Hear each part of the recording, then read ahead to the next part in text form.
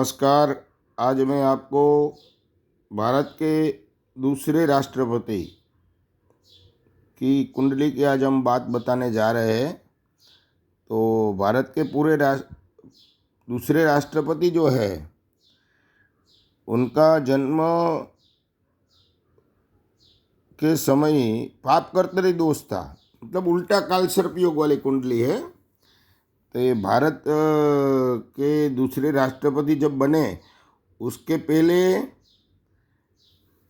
वो उपराष्ट्रपति के पद पे भी रह चुके हैं। तो उनका प्रमोशन कैसे हुआ और जिनको भारत रत्न भी कहा गया है, ऐसे डॉक्टर सर्वपल्ली राधाकृष्णन, वैसे तो वे तत्वज्ञानी एवं फिलोसोफर थे जिन्होंने जो स्टडी किया था वो फिलोसॉफी का किया था। और उनका जन्म 5 सितंबर 1888 में जो उनका जन्म हुआ। और ये इनकी कुंडली आप देखेंगे जब राष्ट्रपति की, तो उनका जो आयु हम बता रहे हैं वो 5 सितंबर 1888 के लेके 17 अप्रैल 1975 तक वो जिए। और उनका तिरुतानी के अंदर जन्म हुआ था। उनका जन्म का टाइम था सुबह 11:57 और मघा नक्षत्र के अंदर उनका जन्म था। जो मघा नक्षत्र का जो स्वामी है वो केतु है। तो फिलोसॉफी के सब्जेक्ट में उन्होंने काफ़ी स्टडी किया था। उनकी हम देख रहे हैं वृश्चिक लग्न की कुंडली है। तो कुंडली के अंदर देवभुवन में मंगल एवं गुरु पड़े हुए हैं।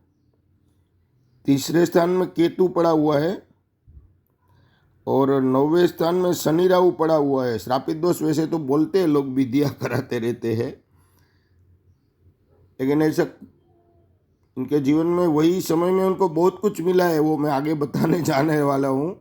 शनि राहु के अंदर लोग श्रापित दोष की विधियाँ कराते रहते, लेकिन शनि राहु के प्रत्यंतर में उनको बहुत सारी चीज़ें मिली है। और 10वें भुवन में चंद्र एवं सूर्य है। तो स्वग्रही सूर्य जो है वो 10वें स्थान में है। तो इसके कारण राजयोग बन गए। और देवभुवन का मालिक खुद के स्थान में मंगल खुद के स्थान में, मंगल स्वग्रही है वृश्चिक का। तो लग्नेश भी बलवान और कर्मेश भी बलवान, इतने बड़े महापुरुष है ये। और एकादश भुवन में वीनस पड़ा हुआ है। तो वीनस जो है वो कन्या राशि का है। तो हम पहले राष्ट्रपति राजेंद्र प्रसाद की कुंडली में भी देखे हुए हैं कि उनको भी वीनस एकादश स्थान में था, इनको भी वीनस एकादश स्थान में है। तो ये भगवान की माया है, क्योंकि एकादश स्थान में शुक्र ने बहुत कुछ उनको दिया है। तो अभी आगे हम सोचेंगे उसकी कुंडली के बारे में। तो जो उपराष्ट्रपति पद पे रहे, फिलोसोफर थे, तो उनका प्रथम पद जो मिला उनको 1952 से लेके 1962 वो वाइस प्रेसिडेंट बने भारत के। और उसके बाद वो कब राष्ट्रपति बने ये भी हम आपको बता रहे हैं। तो बहुत सारी चीज़ें ज्योतिष के अभ्यास से आपको मालूम पड़ेगी कि ये कितना बड़ा विज्ञान है। तो इनका लग्न का स्वामी जो मार्स है, मंगल है, वो उनके पंचम भुवन के मालिक गुरु के साथ बैठा हुआ है देव भुवन में। तो इसके कारण वो गुरु होने के कारण वो फिलोसॉफी में बहुत कुछ पढ़ाई किया उन्होंने। और चंद्र से लेके 4थे स्थान में गुरु पड़ा हुआ है। और लग्न से लेके 10वें स्थान में वही चंद्र के साथ सूर्य पड़ा हुआ है, कर्मेश। तो ये भाग्येश और कर्मेश की युति, भाग्येश और कर्मेश की युति, और लग्नेश भी केंद्र में, कर्मेश भी केंद्र में, और भाग्येश भी त्रिकोण का मालिक केंद्र में आ गया। तो ये है इनकी बढ़िया कुंडली, बहुत अच्छी कुंडली है। तो ये सब होने के कारण, लग्नेश, भाग्येश और कर्मेश होने के कारण इनको पावर मिला, इनको ऑथोरिटी मिली, और वो डेवलपमेंट भी बहुत अच्छा किया इन्होंने। उनके कार्यकाल में उन्होंने विकास बहुत अच्छा किया। और 10वें स्थान में सूर्य होने के कारण उनको गवर्नमेंट में पोस्टिंग भी मिल गई। लेकिन उनकी कुंडली एक ज़बरदस्त चीज़ है, वो समय तो कोई कायदा नहीं था कि छोटी उम्र में 18 उम्र के पहले शादी होनी चाहिए। तो 16 साल की उम्र में इनकी शादी हो गई थी। 94 के अंदर, 1904 के अंदर जब शुक्र के अंदर शनि की दशा चालू थी तब उनका शादी हो गया था। क्यों हुआ? क्योंकि इनका जो वीनस था वो सूर्य के नक्षत्र में है, और जो सन था वो वीनस के नक्षत्र में है। वैसे सब लोग इनको अष्टक का योग बोलते, ये बोलते, वो बोलते, ऐसा कुछ नहीं हुआ। जल्दी सुख मिल गया, उनको शादी हो गया था जल्दी से। तो और इनका वीनस का जो सप्तमेश था, सप्तम का स्वामी जो है ये वीनस है, क्योंकि सप्तमेश जो है उसमें वृषभ राशि बैठी है, और जो वीनस जो है वो सिग्निफिकेटर भी है, और शनि जो है इनका तीसरे और चौथे का निदर्शन कर रहा है। लेकिन सिग्निफिकेशन सैटर्न को 11 का मिला है, तो 7-11 होने के कारण उनकी ये समय में शादी हो गई थी, क्योंकि इनका प्रत्यंतर चल रहा था। और मैसूर यूनिवर्सिटी के अंदर इनको 1918 में फिलोसॉफी के प्रोफेसर के जरिए पोस्टिंग मिला था, जब उनको चंद्र के अंदर मंगल का अंतर चल रहा था।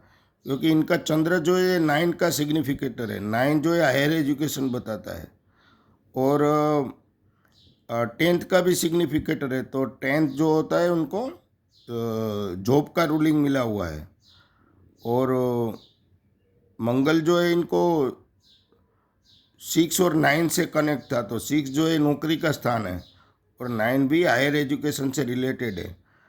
तो मैसूर यूनिवर्सिटी के अंदर उनको फिलोसॉफी के प्रोफेसर पे उनको पोस्टिंग मिला था।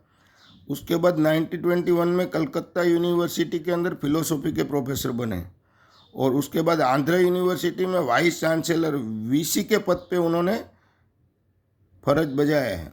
तो इतने बढ़िया ग्रोथ है हायर एजुकेशन के और एजुकेशन के, तो वो आगे भी बढ़ते रहे।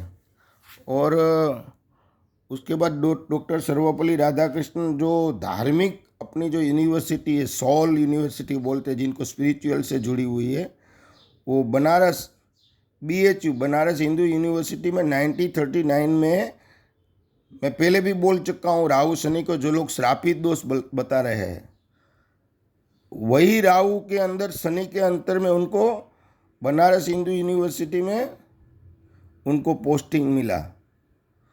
और वो टाइम 139 का शनि जो है वो सिग्निफिकेंस देता है। तो 139 जो है वो लग्नेश, पराक्रम और हायर एजुकेशन ये बता रहा है। तो डॉक्टर सर्वपल्ली राधाकृष्णन को ये समय के अंदर बनारस हिंदू यूनिवर्सिटी के भी वाइस चांसलर रह चुके हैं। आप सोचो, 2 यूनिवर्सिटी के अंदर जो आदमी वाइस चांसलर रहा होगा उसका नॉलेज भी कितना होगा। ये आंध्र यूनिवर्सिटी में भी रहे और बनारस हिंदू यूनिवर्सिटी में रहे। तो ये है उनकी कुंडली की विशेषता। और भारत जब आज़ाद हुआ 1947 में, तो पहले तो वो समय में उनका प्रतिनिधित्व था यूनेस्को के अंदर, वो प्रतिनिधि के रूप में थे, क्योंकि इनकी कुंडली में वो समय राहु के अंदर शुक्र का अंतर चल रहा था, और राहु जो है वो 12th को सिग्निफिकेंस दे रहा है। तो 12th जो है वो विदेश का है, और जो उनका वीनस जो है वो खुद की नीच राशि में, और वो भी 12वें स्थान की राशि भी है लिब्रा। तो इनके कारण राहु के अंदर जब शुक्र का अंतर चला तो इनको वो समय में यूनेस्को के अंदर उनको विदेश में रहने का चांस भी मिला था। और 1949 से लेकर 1952 तक सोवियत यूनियन के एम्बेसडर भी वो रह चुके। तो वो समय राहु के अंदर चंद्र के अंदर मंगल का अंतर चल रहा था। तो वो 3-9 का सिग्निफिकेंस होने के कारण उनका पराक्रम दिखा दिया। और विदेश और हायर अथॉरिटी ये सब एम्बेसडर का काम किया होता है। ये सोवियत यूनियन के अंदर जब एम्बेसडर थे इंडिया के, तो इतना नॉलेज था इनके पास। डॉक्टर सर्वपल्ली राधाकृष्णन बहुत महान व्यक्तित्व था। और गुरु गुरु जुपिटर जुपिटर जुपिटर राहु के अंदर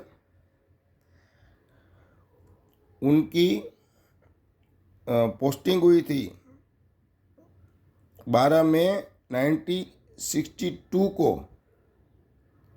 वो उपराष्ट्रपति पद पे रहे और उसके बाद उनका प्रमोशन हुआ 12/5/1962। उसके बाद प्रमोशन क्यों हुआ कि भारत के दूसरे उपराष्ट्रपति से लेकर राष्ट्रपति पद मिला। तो वहाँ सिग्निफिकेशन जो होता है वो 3, 9, 10 और 12, वो कई लोगों को ट्रांसफर में भी प्रमोशन देता है। तो इनका ये समय था 13 मई 1962 से लेके 13 मई 1967 तक वो भारत के दूसरे राष्ट्रपति पद पे रह चुके हैं। और जब उनका मारक का और बाधक का जब समय आया तो उनको 17 अप्रैल 1975 को दिन उनका मृत्यु हुआ, जब उनकी आयु 87 ईयर्स थी। लॉन्गेटिविटी बहुत ज़्यादा थी, तो उनकी आयु भी पूर्ण आयु बोलते हैं हम ज्योतिष लोग।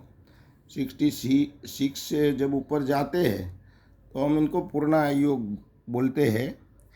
लेकिन सेटन तो आना ही चाहिए जब मृत्यु आ रहा है। तो वो समय उनको दशा चल रही थी सेटन के अंदर, वीनस के अंदर सेटन।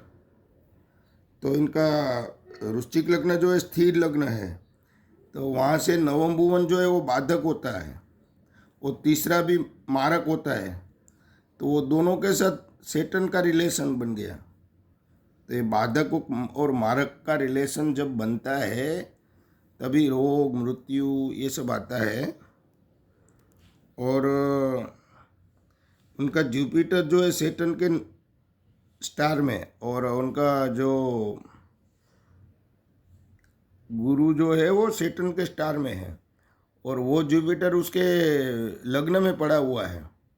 तो देव उनको पकड़ लिया। तो सेटन गुरु का इनडायरेक्ट रिलेशन फर्स्ट से हो गया, लग्न लॉर्ड से। तो वो उनकी आयुष्य की पूर्णाहुति हो गई। और वीनस जो है 7th का लॉर्ड भी है और 12वें का भी लॉर्ड है। तो ये मारक स्थान है और मांदगी का स्थान 12वां है। तो सप्तम भुवन मारक है। आदमी का जो लग्न भुवन होता है उससे 7वां हर हमेशा उसका मारक होता है। जो लग्न होता है उनसे 7वां मारक होता है, 8वां मारक होता है, तो बाधक मारक होते हैं। तो ये स्थिर लग्न में बाधक मारक का संबंध होना चाहिए। तो 12th भी मांदगी का सूचन कर रहा है। तो ये सब लिब्रा साइन है, तो वहाँ वीनस उनका मारक है। इसके कारण सेटन शुक्र शनि, और शनि के रिलेशन जब मृत्यु के लिए आता है, या तो अंतर में आएगा, या तो प्रत्यंतर में आएगा, या तो ट्रांजिट में आएगा, तभी ही मृत्यु संभव, अन्यथा नहीं होती। तो ये इनकी बहुत अच्छी कुंडली है। ओम अस्तु राजकोट से अतुल अढ़िया 8460010008 8460040008। तो ये अभी हम कुंडली देख चुके हैं। Indian president 2nd number Sarvepalli Radhakrishnan पगड़ी पहनते थे वो टाइम। वो उनका नाक सामुद्र शास्त्र के लक्षण हम देखते हैं तो बहुत बड़ा नाक था उनका, सन बता रहा है उनका। और पगड़ी पहनते थे, ये हमारी सनातन हिंदू संस्कृति का वो प्रतिनिधित्व भी करते थे। ऐसे महापुरुष थे, तो उनके चरणों में कोटि कोटि नमस्कार करके मैं ये कुंडली का विवरण भी समाप्त कराऊँ। ओम अस्तु।